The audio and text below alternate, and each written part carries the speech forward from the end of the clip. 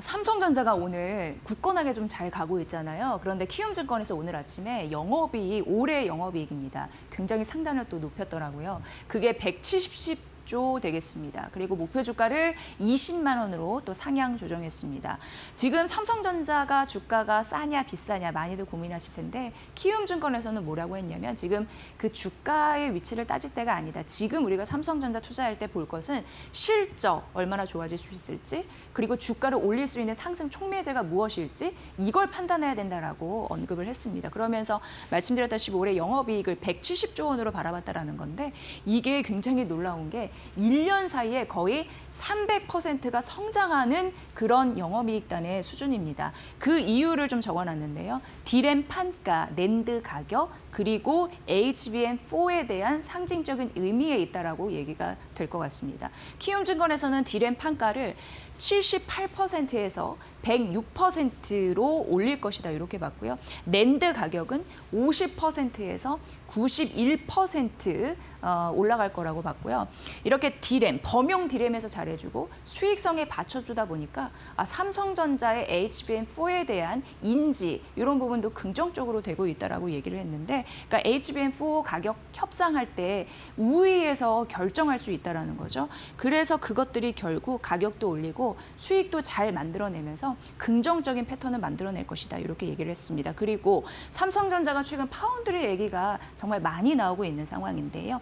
올해 사실 4조 원 영업 적자가 예상이 됩니다만 적자 폭이 축소될 가능성을 언급을 했습니다. 8인치 업황이 회복되고 있고 12인치 선당 공정의 가동률이 상승하고 있어서 결국 적자 폭이 줄어들 것으로 봤고 그래서 주가가 당분간 강세를 지속할 가능성이 있다라고 키움증권에서 본 거거든요. 그래서 목표 주가도 20만 원으로 올린 거고 디램 3사 중에 가장 저평가되어 있다고 하면서 주가 레벨 역시 제시했으니까 이 부분 참고해 보시면 될 것 같습니다.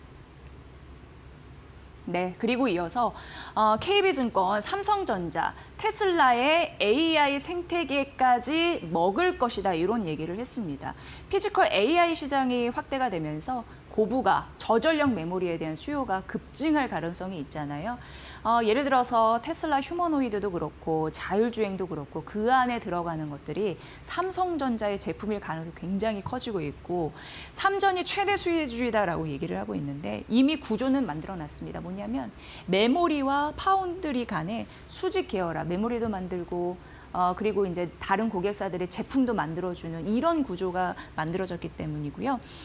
메모리 반도체 처리 속도도 향상되면서 전력 효율 고도화라는 부분을 지금 이뤄가고 있기 때문에 강자의 모습을 보여주고 있고 내년 텍사스 테일러 공장에서 이제 본격적으로 양산하게 되면 옵티머스, 로보택시 그리고 AI의 두뇌 그 핵심 칩이라고 할 수 있는 그런 자율주행용 AI5, AI6까지 만들어냅니다. 그런데 자율주행용 AI5 같은 경우에는 점유율이 한 50%인데요. TSMC 몰아내고 AI6 같은 경우에는 삼성전자가 독자적으로 독점 구조로 공급을 합니다. 그래서 100% 가져가기 때문에 여기에 물량에 따른 실적, 업사이드 이런 부분도 잘 열어놓으시면 될 것 같고요.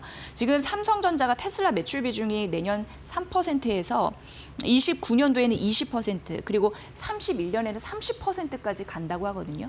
결과적으로 중장기적으로 봤을 때 테슬라의 파운드리 고객사가 거의 삼성전자가 3분의 2를 차지하는 바 굉장히 비중이 많아진다는 데에서 목표 주가 상향 가치가 있다라고 얘기를 했습니다. 앞서서 제가 말씀드린 부분 파운드리 올해 실적 적자가 줄어들 가능성에 대해서 언급해드렸는데 파운드리 실적이 작년 7조 적자에서 내년 흑자 전환에 대한 가능성 언급이 됐으니까 국내 증권사의 그런 삼성전자를 바라보는 시각 이런 부분도 함께 파악해 보시면 될 것 같습니다. UBS에서 현대글로비스 목표 주가를 대폭 상향했습니다. 이전은 17만 5천 원이었는데 28만 5천 원을 올려잡았고 일단 좋은 소리만 일단 하면 보스턴 다이내믹스의 지분을 11% 보유하고 있기 때문에 이 보스턴 다이내믹스의 가치 반영에 따른 주가 상승 이런 부분을 언급을 했거든요. 그러니까 시총 대비 그리고 이 기업이 로봇에 대한 레버리지 효과가 그룹 중에서 가장 크다라는 언급도 했습니다. 그리고 향후 12개월간 지금으로부터 1년간입니다. 로봇 테마에 대한 열기는 지속될 것이다라고 가능성도 언급을 했습니다. 게다가 수수료, 항만 수수료나 아니면 관세 리스크도 이미 일부 완화가 돼 있다라는 언급도 놓치지 않았죠. 올해 그런데 주가가 많이 급등했습니다. 그렇기 때문에 실제 주가에 대한 이런 기대감이 상당 부분 반영이 되어 있다라고 하면서 사실 주가의 위치가 높다라고 하면서 그래서 중립은 유지했거든요. 게다가 지배구조 개편 기대감. 그래서 이제 이런 부분은 빨리 해소가 돼야 된다라는 정책적인 메시지도 나오는 것 같은데 단기간에는 없습니다. 그렇기 때문에 단기 임박하지는 않았기 때문에 주주 가치 영향력이 좀 제한적이라고 하면서 그래서 그 이유를 중립으로 유지했습니다. 어쨌든 목표주가 대폭 상향했지만 현재 주가에서 룸은 많이 남지 않았습니다. 중립을 유지한 이후 UBS의 현대글로벌스를 바라보는 시각 잘 챙겨보시기 바랍니다. 삼양식품 CLS에서 목표 주가를 올렸습니다. 목표 주가 200만 원 넘게 200만 원 위로 올렸더라고요. 210만 원이라고 얘기를 했고 일단 주가가 잘 못 간 이유는 있었습니다. 밀양 2공장 가동 지연, 그러니까 가동 실적에 반영되는 그런 이슈가 이제 지연이 있기 때문에 일부 우려가 있었다라고 하면서 좀 고점 대비해서 많이 깎였는데 그럼에도 불구하고 글로벌 수요가 워낙 탄탄하다 보니까 주가 반등 여력이 좀 충분하다라고 느끼는 것 같았습니다.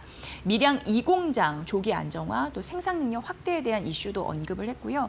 지금 가동 2분기 만에 가동률이 54% 달성했다고 하는데 2분기까지 80% 초과 달성 가능하다라고 언급이 됐고요. 그리고 미국과 유럽 고수익 지역의 수요가 이제 폭발하는 그런 부분에서 긍정적이라고 했습니다. 미국 시장 점유율도 차츰 더 커질 거라고 하니까 이런 부분까지 반영해 보시길 바랍니다. 오늘 증권주 강하고요. 그리고 시장에서 STO 관련주 강하고요. 제가 그 브리핑하기 전에 단화를 보고 왔었는데 상한가 같더라고요. 어쨌든 STO 관련주가 굉장히 강한데 거기에 최대 수혜주가 누가 될 것인지를 오늘 아침에 하나증권에서 얘기를 했습니다. 일단 올해 1월 토큰증권 도입을 위한 관련법 개정안이 국회를 통과했고요. 현재 가상자산 2단계 법안 논의 중이죠. 그래서 뭐 가상자산에 대해서 사업자의 분류를 어떻게 하겠느니, 업무 범위를 어디로 좀 제한하느니, 그리고 시장 인프라, 이거는 뭐 상장 그리고 뭐 공시 이런 부분까지 다 해당이 되겠지만 그런 규율을 좀 명확히 할 필요성은 있습니다. 그런데 사실 3월 국회 통과를 할 것이다라고 예상했습니다만 지금 밀릴 것으로 보이거든요.